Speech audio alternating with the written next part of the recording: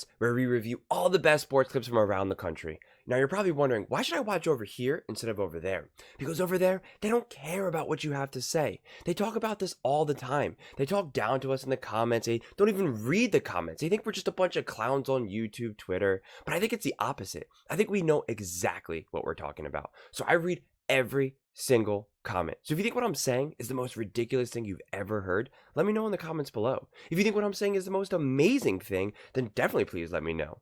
Either way, let's get into some discussions, let's get into some fights, but ultimately, let's just have some fun. And please do consider subscribing. We are building an amazing community here, and it's turning into something truly, truly special, and I would absolutely love to see you part of it.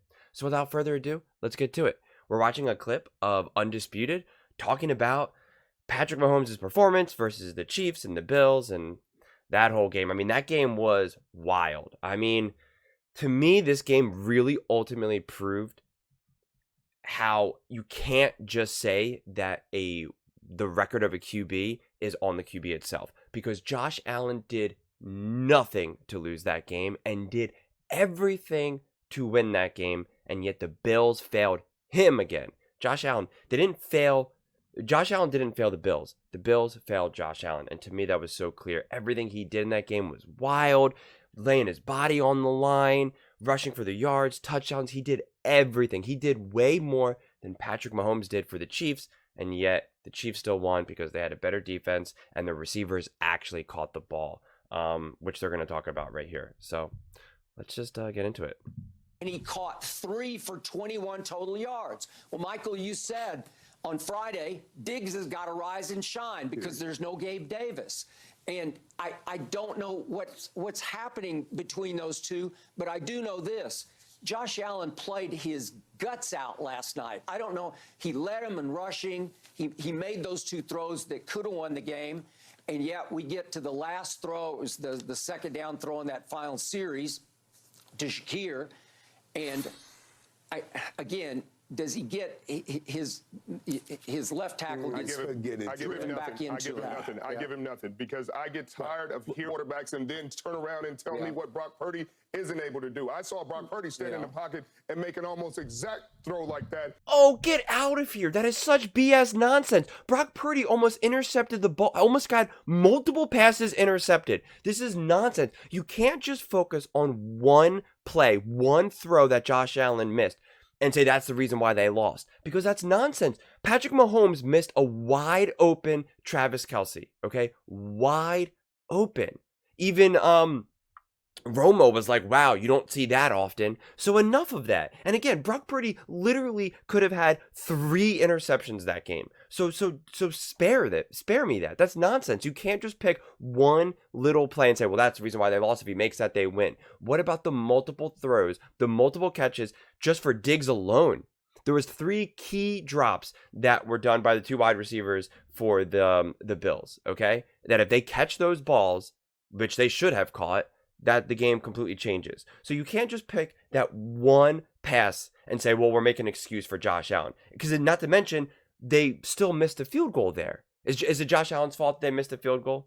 Is it Josh Allen's fault that that the defense couldn't stop the Chiefs? I mean, so this is it's just absurd.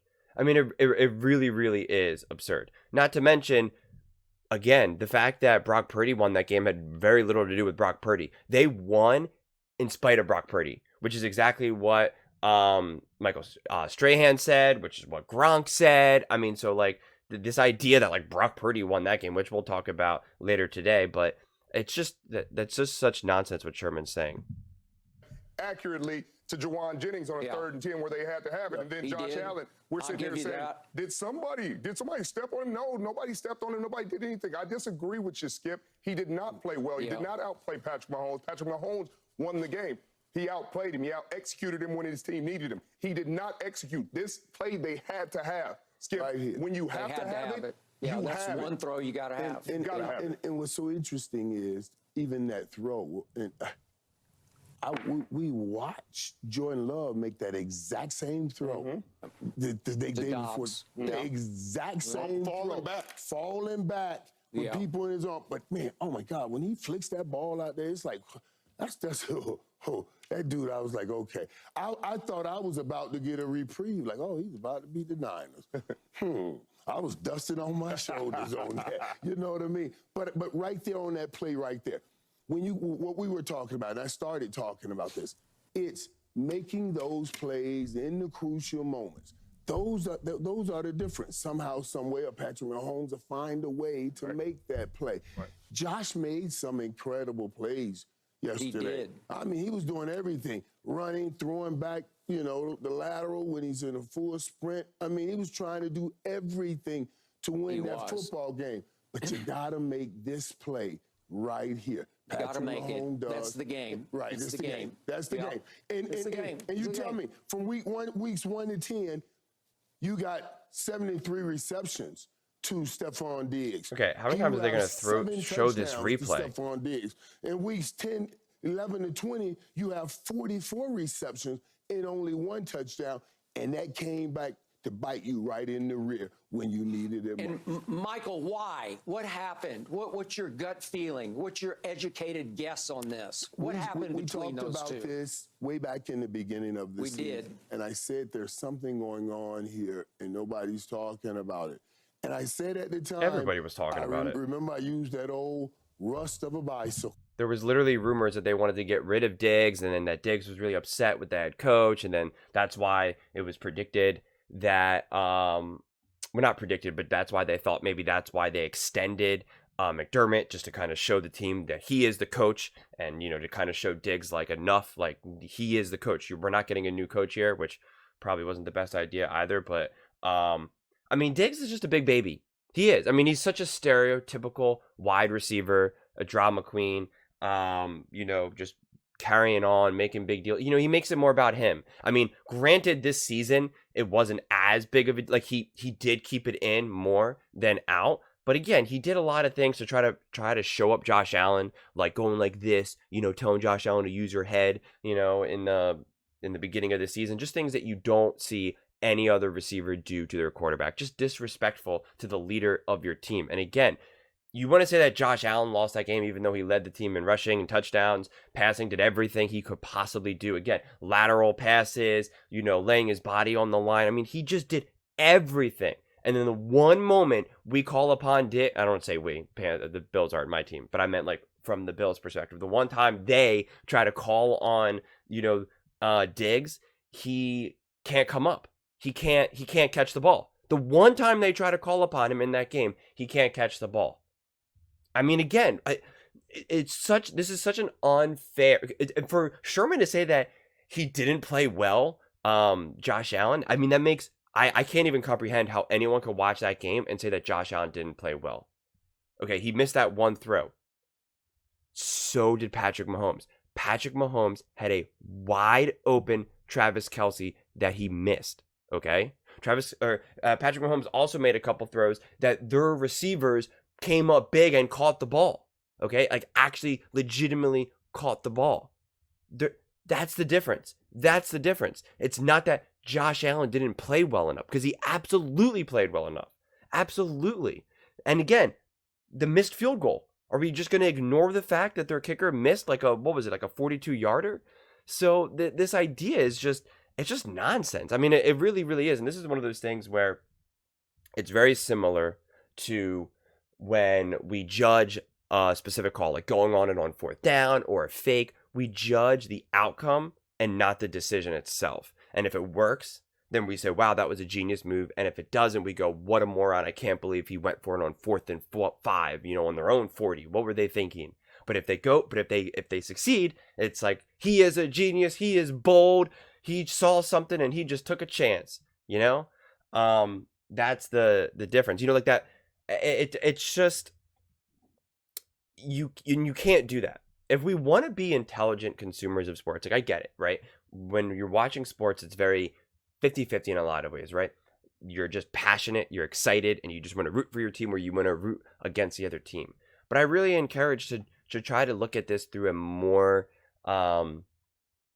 grounded way, because so much of what we get to is when you're watching, when you consume media like this, you get a lot of coach speak, which then gets passed on to players, and the players become the coaches, and also coaches pass it to other coaches, and coaches, it's just this chain of events that's gone on for decades, forever really. Where they say things like, next man up, doesn't matter if there's any injuries, or you have to find a way to win, and this, that, like, just these, like, generic platitudes that sound great in the locker room to, like, motivate the troops, but they're not real, okay? I was talking to someone yesterday about how the Bills lost and how their defense was decimated and how they had, all these injuries. I mean, they were literally running out of defensive players, literally signing people up off the streets. And my friend said, who played a lot of college football, who, said was like, oh, you got to find a way to win. Next man up. That's what you got to do. And I get that mentality for your team, but that's just not the reality. If it was always just next man up, you would never have to pay for big players. Why? If it's always just next man up and it doesn't matter who's actually in the lineup, and you can just find a way, Patrick Mahomes can just find a way to win, you wouldn't need Travis Kelce. You wouldn't need Andy Reid. You wouldn't need Tyreek Hill. You would just find a way. You find a way to win. And that's not the way it works. You need good players. You need actual healthy players. You need defensive players. I mean, like, you need this. Like, these things matter. You need a field goal kicker that can kick a field goal. You need wide receivers that can catch the ball. So, again, you can't just tell me that, oh, you just got to find a way to win. It's not the way it works. That's all generic stuff that sounds good, like on a Disney movie or in the locker room, but it's just generic nonsense. I mean, it really, really is. Just think about if someone told you that, okay? You have to go into work and you're violently sick. You got in a crazy car crash. You have the flu, and you got in a car crash and you broke both your legs and your arms. And they're just saying, well, you got to find a way. You got to work, man. You got to rise above the challenge and find a way to keep working. You can't take off work. I don't care that you broke both your legs and your arms. You got to come into work and you have 103 fever. You got to find a way. Got to rally. Got to do it. Doesn't make any sense. It makes zero sense. None. Zero. So I don't understand why we do that. I mean, I really, really don't. That's not to say that Patrick Mahomes didn't play great, right? Like, this isn't saying that Patrick Mahomes didn't deserve to win that game. The Bills lost that game for really, like, two big reasons. Missed opportunities, mainly the field goal, and drop passes, as well as just their health. Pointing that out is not an excuse. Like I always say, an excuse is cheap, a reason is real. Okay? You can't just magically find a way to overcome the defense of all these injuries. What is Josh Allen supposed to do? He's rushing for all these yards, barreling through for touchdowns, throwing for touchdowns, lateral passes. I mean, just doing everything he can do. And it wasn't good enough because his team was not good enough yesterday. It's really that simple. So to put that loss on Josh Allen makes no sense, and I just can't believe anyone would ever even remotely say that. I mean, it just really doesn't make sense to me, honestly. So that's the way I see it. But what do you guys think? Do you think Josh Allen is completely to blame? Do you think Patrick Mahomes is just so unbeatable that no one can beat him? I would absolutely love to hear your thoughts. Please let me know in the comments below. Please don't forget to subscribe. As I said, we are building an amazing community here, and I would absolutely love to see you part of it. And please don't forget to give this video a thumbs up, as it really helps with the visibility and the algorithm. Thank you so much, and see you next time.